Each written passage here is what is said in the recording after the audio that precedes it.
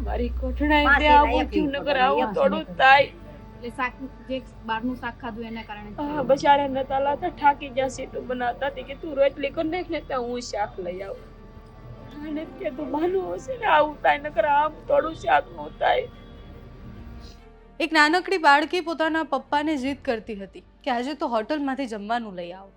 આખો પરિવાર જમવા માટે જ્યારે બેસે છે એના પછી એ સરસ એ જમતા હોય છે. એમને કલ્પના પણ નથી હોતી કે એ એમની દીકરીને છેલ્લી વાર જમાડી રહ્યા છે. એક થાળી, એ ભોજન અને પછી એ ફૂલ જેવી દીકરીનું મોત થાય છે. નમસ્કાર, આપની સાથે હું છું પાયલ.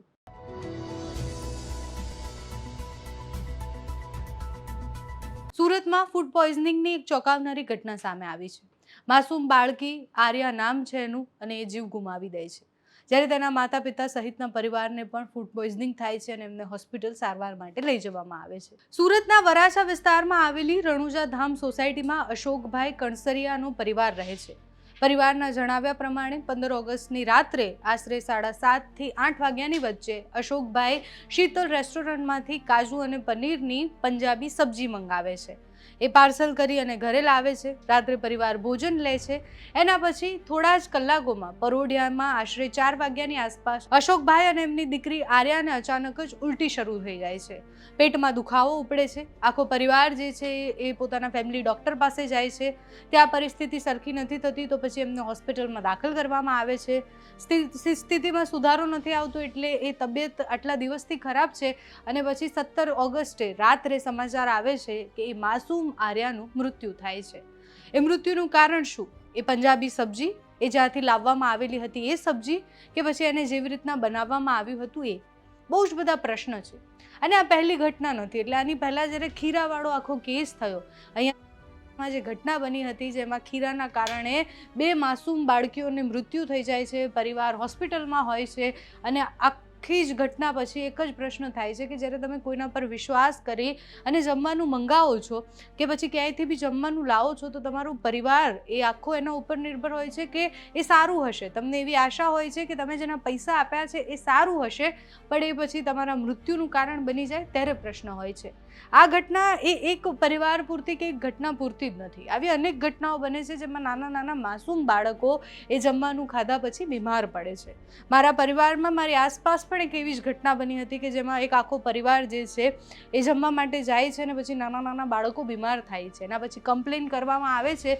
રેસ્ટોરન્ટવાળા એવું કહે છે કે તમારે જે કરવું હોય એ કરી લો. એ દાદાગીરી કરવામાં આવે છે અને એના પછી એ બધાને એવું લાગે છે કે અમે તો પૈસા આપીને પૈસાથી બધું જ ખરીદી શકીએ છીએ.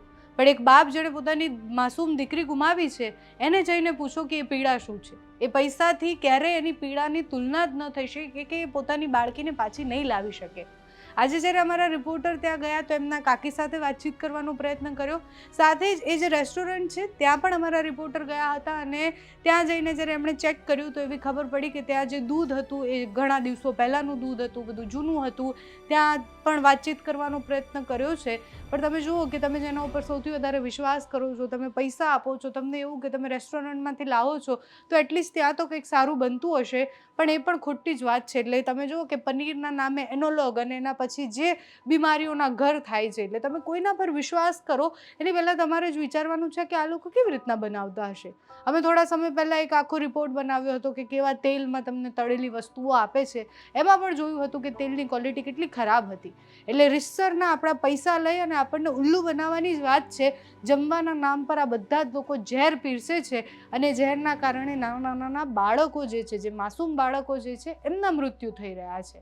આ ઘટનામાં જેટલી પણ પ્રતિક્રિયા સામે આવી છે, પરિવારમાં જે દીકરીના કાકી છે શું કહી રહ્યા છે, સાથે જ જ્યારે એ રેસ્ટોરન્ટમાં મારા રિપોર્ટર પહોંચ્યા ત્યાંથી જે પ્રતિક્રિયા આવી છે તે જોઈએ. બેનને રાતની બસ ઉલટી ઝાડા થઈ ગયા અને માસે પાસને પેટનો દુખાવો થઈ ગયો ટામુકો, પણ નાની ટીંગલીને વધારે બધો અસર લાગી ગયો. 4 વાગે ખબર પડી અમને. આ રાતે વહેલા એને બધું ઉલટી એક હારે બધાને થવા મળી. તો બિચારા પેલા નાને દવાખાને દેખાડી આવ્યા છે કે આ પાણીનું છે એમ હશે, થોડી ખબર હોય. રિપોર્ટ આવે પછી રિપોર્ટ કરાવવા દીધા. રિપોર્ટ આવે તો ખબર પડે કે રિપોર્ટ આવ્યા તો રિપોર્ટ પાસના એક રિપોર્ટ આવ્યા ફૂડ પોઈઝનિંગના. હા, પાસના એક રિપોર્ટ. દવાખાનામાં આન પપ્પા આવ્યા હતા. ડેનિશાન પપ્પા દોડીને ભેગા આવ્યા ત્યાં તો પાણીને ઘોડે ઘોડા આંબી ગયા. પછી સજ વિશાલમાં લઈ ગયા. અમે ફેર રિપોર્ટ બધાય કરાવ્યા તોય બધાયના એક જ રિપોર્ટ આવ્યા. મારી કોઠણાઈ તે આવું થયું નકર આવું થોડું થાય. એટલે શાક જે બહારનું શાક ખાધું એના કારણે હા બચારા નતા લાતા થાકી ગયા સીટું બનાવતા હતી કે તું રોટલી કરી નાખ ને ત્યાં હું શાક લઈ આવું. અને કે તું માનો હશે ને આવું થાય નકર આમ થોડું શાક નું થાય.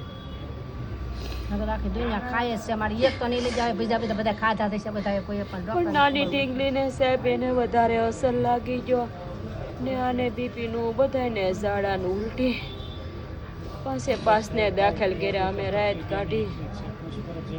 શીતલ રેસ્ટોરન્ટ ઉપર શું કાર્યવાહી આરોગ્ય વિભાગ દ્વારા કરવામાં આવી છે? અમારા વિભાગને અહીં ફરિયાદ મળતા શીતલ રેસ્ટોરન્ટની ફરિયાદ મળતા અમારી ટીમ અહીં આવી પહોંચી હતી અને અત્યારે તો જે કંઈ બગડેલી વસ્તુ હતી તે ફેંકાવીને રેસ્ટોરન્ટ ટોટલી બંધ કરવાની કામગીરી હાથ ધરેલ છે. રેસ્ટોરન્ટ સીલ કરવાની કામગીરી છે કે કયા પ્રકારની કામગીરી થશે? ભવિષ્યમાં રેસ્ટોરન્ટ ઓપન થશે કે નહીં, કે પરિવાર આરોગ્યના ચેડા લોકો સાથે કરશે કે નહીં, શું છે? એ બધું અત્યારથી ન કહી શકાય, પણ અત્યારે તો ટોટલી બંધ કરવાનું છે. કેટલો દંડ ફટકારવામાં આવ્યો છે? દંડની કાર્યવાહી આગળ બીજી ટીમ આવશે તે કરવામાં આવશે અને અમારું ફૂડ સેફ્ટી એક્ટ મુજબ જે દંડ હશે તે પાછળથી તે કાર્યવાહી થશે તે મુજબ કરવામાં આવશે. એક બાળકીનું મૃત્યુ થયું છે, આ બાબતે આરોગ્ય વિભાગ શું કરી રહ્યું હતું? કારણ કે જ્યારે મૃત્યુ થાય છે ત્યારે તે આરોગ્ય વિભાગ આગળ આવે છે અને કામગીરી કરે છે. તો અત્યાર સુધીમાં છેલ્લે ક્યારે આ રેસ્ટોરન્ટના સેમ્પલ લેવામાં આવ્યા હતા અને સેમ્પલમાં શું વિગતો આવી હતી? અગાઉ પણ આ રેસ્ટોરન્ટના સેમ્પલ લેવાયેલા છે અને તેના તો રિઝલ્ટ આવી ગયા છે, પણ આ રીતની દરેક રેસ્ટોરન્ટની કામગીરી તો થતી જ રહે છે અમારા વિભાગ. આ રેસ્ટોરન્ટનું લાયસન્સ ક્યાં સુધી છે? લાયસન્સ ચેક કરેલું છે આપે? લાયસન્સ છે અને અત્યારે તો રનિંગ જ છે એમનું લાયસન્સ. જી સર, શું નામ છે આપનું? હું DD Thakor food safety officer Surat મહાનગરપાલિકા. બેદરકારી શીતલ રેસ્ટોરન્ટમાં થઈ છે, તેના કારણે એક બાળકીનું મૃત્યુ થયું છે અને 4 અન્ય લોકો ગંભીર રીતે બીમાર છે. શું કાર્યવાહી કરી છે આરોગ્ય વિભાગે? અમને આજરોજ ફૂડ પોઈઝનિંગની કમ્પ્લેન મળતા અમે સવારે અહીંયા આવી ગયા હતા અને પૂરી મેટર અમને પણ ખબર નહીં હતી. પછી અમે સેમ્પલિંગ નોટિસ આપવા અંગેની કાર્યવાહી, રજિસ્ટર અંગેની કાર્યવાહી તથા સેમ્પલિંગ અંગેની કાર્યવાહી ચાલુ હતી. ઇન બિટવીન અમારા સાહેબનો મેસેજ આવ્યો અને ત્યાર પછી અમે જે ડિસ્ટ્રોય કરવાનું હતું તે રેસ્ટોરન્ટ બંધ કરવા અંગેની કાર્યવાહી ચાલુ જ હતી. એટલે તમે આવ્યા ત્યારે રેસ્ટોરન્ટના માલિક અહીંયા હાજર હતા? ના નહીં હતા, અમને મેનેજર હાજર હતા. અચ્છા, મેનેજર અત્યારમાં ક્યાં છે? કશો વાંધો નહીં. અત્યારમાં સર જે પ્રકારની કાર્યવાહી થઈ છે, અગાઉ શીતલ રેસ્ટોરન્ટના ક્યારે સેમ્પલ લેવામાં આવ્યા હતા? એ ઓફિસ રેકોર્ડ જોઈને કહી શકું, મને બહુ આઈડિયા નથી. સામાન્ય રીતે આવા રેસ્ટોરન્ટના સેમ્પલ કેટલા સમયાંતરમાં લેવાય છે અને લાયસન્સ કઈ રીતના ચેક કરો છો તમે? લાયસન્સ તો જે છે એમનું પોસ્ટ ઇન્સ્પેક્શન કરવામાં આવે છે. અને સેમ્પલિંગ સેમ્પલ સામાન્ય રીતે કયા પ્રકારે લેવામાં કોઈ નિયમ નથી એનો કે આટલા સમયમાં જ સેમ્પલ લેવા, પણ સેમ્પલ રૂટીનમાં લેવામાં આવે છે. તમે રૂટીનમાં કેટલા સમય સેમ્પલ લો છો તમારા વિભાગ દ્વારા? વર્ષમાં એક વાર, 2 વાર, કયા એવું પ્રકારે કંઈ નથી. એક જરૂર પડે તો 3-4 વખત પણ લઈએ છીએ. સાહેબ, તો આ શીતલ રેસ્ટોરન્ટમાં આટલી મોટી બેદરકારીના કારણે વ્યક્તિનું મૃત્યુ થયું છે અને 4 લોકો ગંભીર રીતે ઘાયલ છે. આરોગ્ય વિભાગે જો સમયાંતરે સેમ્પલ લીધા હોત તો આ મૃત્યુ થાત, તમને શું લાગે છે? આમાં કંઈક ને કંઈક આરોગ્ય વિભાગની ભૂલ છે કે પછી સમગ્ર ભૂલ શીતલ રેસ્ટોરન્ટના માલિકની છે? અમારું ચેકિંગ તો રૂટીન ચાલુ જ હોય છે, થોડી એમની પણ બેદરકારી હોય છે. સાહેબ, અત્યારમાં જે પનીર મુદ્દે થઈ રહ્યું છે એના લોકો નહીં વાપરવાનું, દૂધમાંથી બનેલું પનીર વાપરવાનું, તો એ બાબતે આ રેસ્ટોરન્ટની તપાસ કરવામાં આવી હતી કે નથી કરવામાં આવી?